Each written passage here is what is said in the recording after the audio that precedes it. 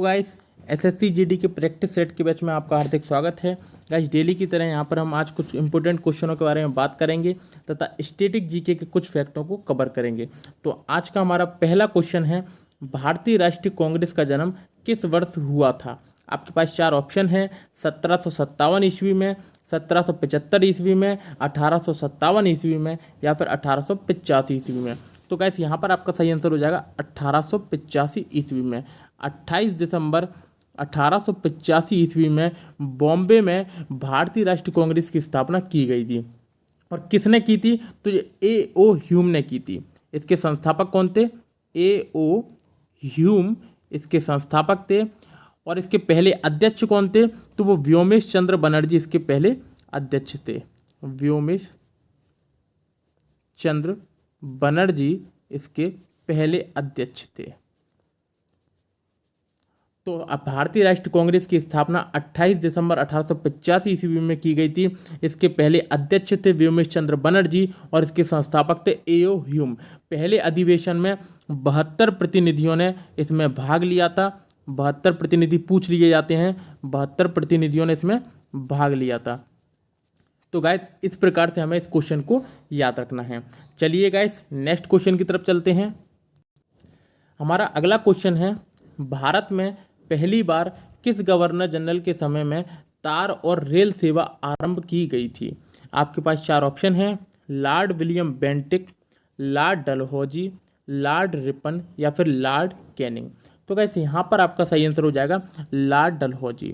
भारत में पहली बार रेल सेवा कब शुरू की गई थी? तो 1853 में रेल सेवा आरंभ की गई थी। और उस टाइम पे भारत के गवर्नर जनरल कौन थे? तो लॉर्ड डलहौजी थे। बात करते हैं लॉर्ड डलहौजी के बारे में, तो इनसे हड़प नीति संबंधित है। यदि पूछ लिए जाए कि हड़प नीति के जनक किसे कहा जाता है, तो लॉर्ड डलहौजी को कहा जाता है। और इनकी पहली हड़प का शिकार कौन हुआ था? तो सतारा पहले इनका हड़प का शिकार हुआ था 1848 में। 1848 में इन्होंने सतारा को हड़प नीति का शिकार बनाया था। बात करते हैं लॉर्ड विलियम बेंटिक के बारे में, तो भारत के जो पहले गवर्नर जनरल थे वो कौन थे? हमारे लॉर्ड विलियम बेंटिक। बात कर रहे हैं लॉर्ड रिपन के बारे में, तो लॉर्ड रिपन को विकेंद्रीकरण का जनक कहा जाता है। विकेंद्रीकरण का जनक कहा जाता है। पूछ लिया जाता है कई बार कि विकेंद्रीकरण का जनक किसे कहा जाता है भारत में, तो वो लॉर्ड रिपन को कहा जाता है। और लॉर्ड कैनिंग भारत का पहला वायसराय। भारत का पहला वायसराय कौन था? तो वो हमारा लॉर्ड कैनिंग था। ठीक है, पहला वायसराय। तो आपको ये सारी चीज़ें क्लियर हो गई होंगी कि भारत में पहली बार जो रेल सेवा शुरू की गई थी वो लॉर्ड डलहौजी के शासनकाल में 1853 में की गई थी। और हड़प नीति जो संबंधित है वो लॉर्ड डलहौजी से संबंधित है। और हड़प नीति का पहला शिकार कौन हुआ था? तो सतारा हुआ था, जो 1848 में हुआ था। गाइस पूछ लिया जाता है सतारा के बारे में, इसलिए मैंने आपको सतारा के बारे में बता दिया है। तो ये क्वेश्चन दोस्तों आपका क्लियर हो गया होगा। चलिए दोस्तों आज के हम नेक्स्ट क्वेश्चन की तरफ चलते हैं। आज का गाइस अपना अगला क्वेश्चन है, पानीपत की तीसरी लड़ाई किस वर्ष हुई थी? 1526 ईस्वी में, 1539 ईस्वी में, 1605 ईस्वी में या फिर 1761 ईस्वी में। तो गाइस यहाँ पर आपका सही आंसर हो जाएगा 1761 ईस्वी में। 14 जून 1761 ईस्वी में। तारीख को याद रखना, आप आ जाता है पेपर में। 14 जून 1761 ईस्वी में पानीपत की तीसरी लड़ाई अहमद शाह अब्दाली एवं मराठों के बीच में हुई थी। अहमद शाह अब्दाली वर्सेस मराठों के बीच में हुई थी, जिसमें से मराठे पराजित हो जाते हैं और अहमद शाह अब्दाली जीत जाता है। बात करें 1526 ईस्वी में, तो यहाँ पर पानीपत की पहली लड़ाई हुई थी। पानीपत की पहली लड़ाई हुई थी बाबर और इब्राहिम लोदी के बीच में, जिसमें से बाबर जीत जाता है। बात करें 1605 में, तो इसमें यहाँ इस तारीख को अकबर की क्या हो जाती है? इस ईस्वी में अकबर की मृत्यु हो जाती है। तो अकबर का शासनकाल 1605 ईस्वी में समाप्त हो जाता है। तो यहाँ तक दोस्तों अपन को ये सारी चीज़ें याद रखनी है। चलिए गाइस नेक्स्ट क्वेश्चन की तरफ। आज का अपना अगला क्वेश्चन है, ईरान की पार्लियामेंट किस नाम से जानी जाती है? आपके पास चार ऑप्शन हैं, डायट, मजलिस, ड्यूमा या फिर नेसेट। तो गाइस यहाँ पर आपका सही आंसर हो जाएगा मजलिस। ईरान की जो पार्लियामेंट है, जो संसद है, वो उसको मजलिस कहा जाता है। और दोस्तों बात करें डायट के बारे में, जो जो डायट है वो जापान की पार्लियामेंट का नाम है। जापान की पार्लियामेंट का नाम क्या है? डायट है। बात करें ड्यूमा की, तो ड्यूमा हमारी रूस की पार्लियामेंट है। रूस की पार्लियामेंट है हमारी ड्यूमा। बात करें नेसेट की, तो नेसेट हमारी इजराइल की पार्लियामेंट है। इजराइल की पार्लियामेंट है और ये आपके लिए महत्वपूर्ण हो जाती है।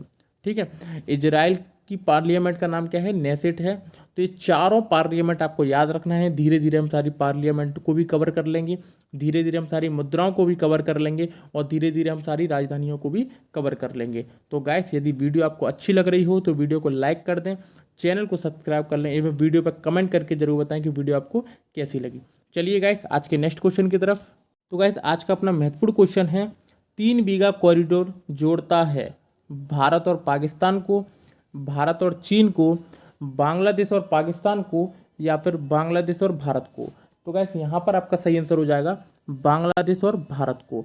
बांग्लादेश और भारत की सीमा के बीच में 3 बीघा कॉरिडोर पड़ता है। एक्चुअल में 3 बीघा कॉरिडोर होता क्या है? तो गाइस, जिस समय पर भारत से बांग्लादेश आज़ाद हुआ था या फिर पाकिस्तान से बांग्लादेश जब आज़ाद हुआ था, तो उस समय भारत का कुछ हिस्सा बांग्लादेश में तथा बांग्लादेश का कुछ हिस्सा भारत में आ गया था। तो सुविधा की दृष्टि से एक दूसरे को उसके इलाकों को सौंपने के लिए ये वाली बात की गई थी। तो 3 बीघा कॉरिडोर बांग्लादेश का भारत में था और भारत का जो बांग्लादेश में था उसको बोलते हैं दक्षिण बेरुवारी का कुछ हिस्सा। दक्षिण बेरुवारी का कुछ हिस्सा भारत का बांग्लादेश में था, तो वो बांग्लादेश ने भारत को दे दिया है। और 3 बीघा कॉरिडोर जो बांग्लादेश का भारत में था वो भारत ने बांग्लादेश को दे दिया है, जिससे कि वहाँ के नागरिकों को और हमारे भारत के नागरिकों को कोई समस्या नहीं आए।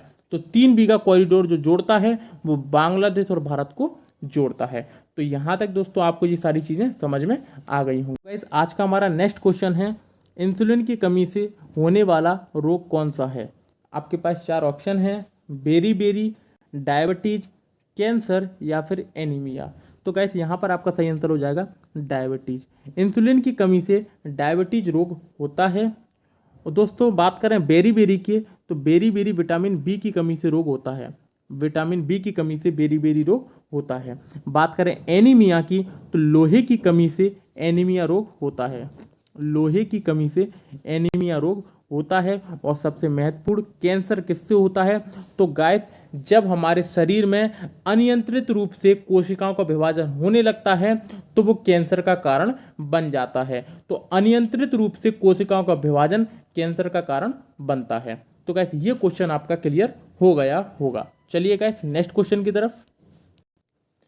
कुंडा जल विद्युत परियोजना किस राज्य में स्थित है? आपके पास 4 ऑप्शन हैं, बिहार में, राजस्थान में, तमिलनाडु में या फिर केरल में। तो गाइस, यहाँ पर आपका सही आंसर हो जाएगा तमिलनाडु में। तमिलनाडु में कुंडा जल विद्युत परियोजना कुंडा नदी पर स्थित है। कुंडा नदी पर स्थित है। कुंडा नदी पर स्थित है। तो ये वाली बात को भी आपको याद रखना है। ये महत्वपूर्ण जल विद्युत परियोजना है, पूछी जा चुकी है एसएससी जीडी के पेपर में। ठीक है गाइस, चलिए नेक्स्ट क्वेश्चन की तरफ चलते हैं। भारत की मौद्रिक नीति कौन बनाता है? आपके पास 4 ऑप्शन हैं, केंद्रीय सरकार, भारत का औद्योगिक वित्त निगम, भारतीय रिजर्व बैंक या फिर भारत का औद्योगिक विकास बैंक। तो गाइस, यहाँ पर आपका सही आंसर हो जाएगा भारतीय रिजर्व बैंक। भारतीय रिजर्व बैंक के द्वारा भारत की मौद्रिक नीतियाँ बनाई जाती हैं। आपने पढ़ा होगा repo rate, reverse repo rate, CRR, SLR, bank rate, ये सारी चीज़ें भारतीय रिजर्व बैंक मौद्रिक नीति के रूप में इस्तेमाल करता है। इसका काम रहता है जो अर्थव्यवस्था में महंगाई को कम करना, अर्थव्यवस्था को सही ढंग से संचालित करने के लिए वो मौद्रिक नीति जैसे हथियारों का प्रयोग करता है। तो ये कौन बनाता है? तो हमारा भारतीय रिजर्व बैंक बनाता है। और भारतीय रिजर्व बैंक के बारे में हम पढ़ चुके हैं कि 1 अप्रैल 1935 में इसकी स्थापना हुई थी। 1934 एक्ट के थ्रू इसकी स्थापना हुई थी यंग हिल्टन आयोग कमेटी की सिफारिश पर। और इसके प्रेजेंट टाइम पर अध्यक्ष कौन हैं? तो शक्तिकांत दास इसके प्रेजेंट टाइम पे अध्यक्ष हैं। तो ये सारी बातें हम पढ़ चुके हैं। चलिए गाइस, आज के नेक्स्ट क्वेश्चन की तरफ। आज का गाइस अगला क्वेश्चन है, भारत में वीरता के लिए दिया जाने वाला सर्वोच्च पुरस्कार कौन सा है? आपके पास चार ऑप्शन हैं, भारत रत्न, महावीर चक्र, परमवीर चक्र या फिर अर्जुन पुरस्कार। तो दोस्तों जो वीरता के क्षेत्र में जो दिया जाने वाला सर्वोच्च पुरस्कार है वो है परमवीर चक्र। परमवीर चक्र जो है वो सबसे पहले मेजर सोमनाथ शर्मा को दिया गया था।